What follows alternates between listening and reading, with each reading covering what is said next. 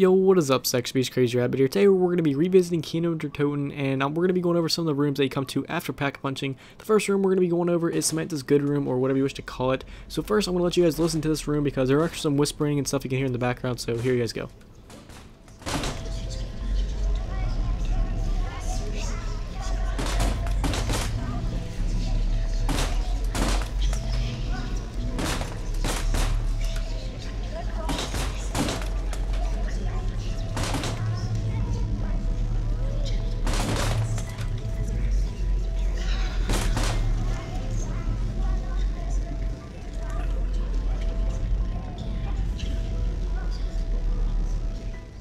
Alright, so if you listen very closely, you can actually hear a nursery rhyme of some children in the background. Now this has been in a couple maps before Kino Der Toten, so here's what the nursery rhyme actually sounds like.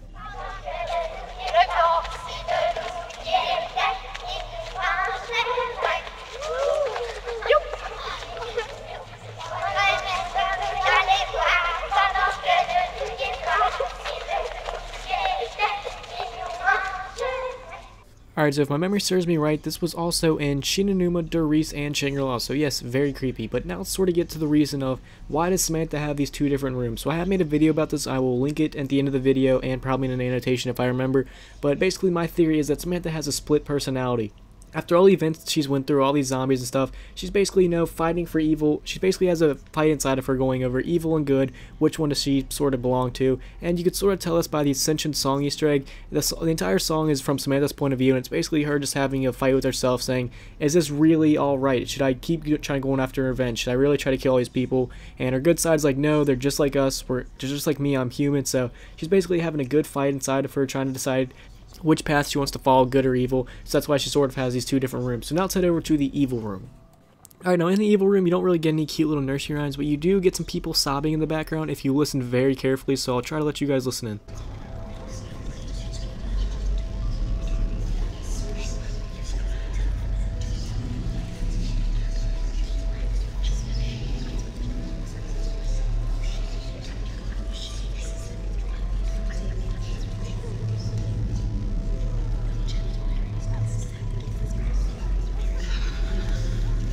Alright, so in Samantha's evil room, the whispering is a lot more frequent and just makes you feel really psychotic and like you're going insane because you just hear all this whispering, and it really adds to the evil demonic factor of this room.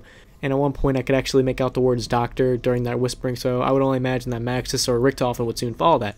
Alright, so basically this is Samantha's evil room. This is the side of her that just wants to kill everything, get revenge on Richtofen for killing her father and taking him away, ruining her life, ruining her childhood, and anyone that ever helped Richtofen. But you can sort of see that all changes as soon as Samantha is out of the pyramid. So my best guess would be that the pyramid is basically drawing all this evil, all this demonic evil out of her. And as soon as she was out of the pyramid, she sort of turned back into a sweet little girl. Admit that was a sweet little girl that could shoot a gun and kill zombies and throw grenades and survive all this crazy stuff. But she wasn't as sadistic and evil as she was in the pyramid as when you play on Moon as her. Alright, so next room we're going to be visiting is the Pentagon room. I think that's what everyone seems to call it nowadays. But this room is very weird because in the middle of it you can see a giant rocket. Now, on consoles you don't really have this option, but if you no-clip to it on PC, you get the hold F command or the action command. And when you do it, of course, nothing happens, but I can only imagine what Treyarch was going to do with it. Or maybe this was just a technical error in that because of how Pack-a-Punch and everything else worked, that this wasn't really supposed to be there. But of course it had to be there to activate like the Pack-a-Punch, stuff like that, so who really knows? But that's not the coolest part about this room. The coolest part about this room is that it actually hinted towards Ascension. If we would have just paid a little bit more attention, we probably could have figured out that Ascension was going to be the next map pack, that this is where it was going to take place. But back then, people really didn't get all the hints and stuff like that. I mean, we sort of figured out that Ascension was going to be the next map pack after everything was getting leaked, but this sort of gave us the information that Treyarch does put hints to future maps in the maps we have nowadays. So it basically made the zombie community start looking more and more in depth to the maps we have. Alright, so now let's head over to the next room.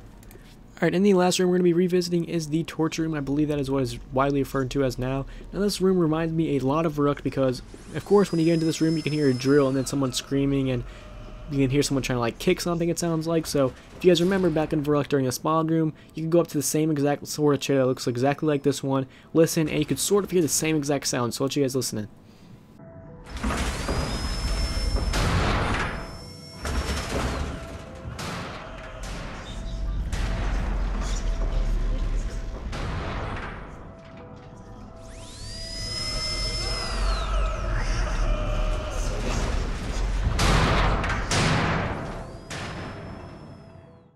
Alright, so what does this room symbolize? What does this room mean? One, of course, it symbolizes Verrückt. It's basically the exact same thing. A torture, you got a drill, you got a guy screaming. It very closely resembles Verrückt. But two, my other theory is that back in Der Riese, Richtofen did try to experiment on Samantha before all this Nazi zombie stuff got really bad. So this could represent that part of Samantha's life when Richtofen was trying to experiment on her, back when she was just a helpless little girl, and then now it's basically the roles have been reversed. Samantha's basically torturing Richtofen, and it goes on and on forever. So hopefully you guys enjoyed this video, hopefully you guys learned something new. If you guys could, please leave a like and subscribe. Peace.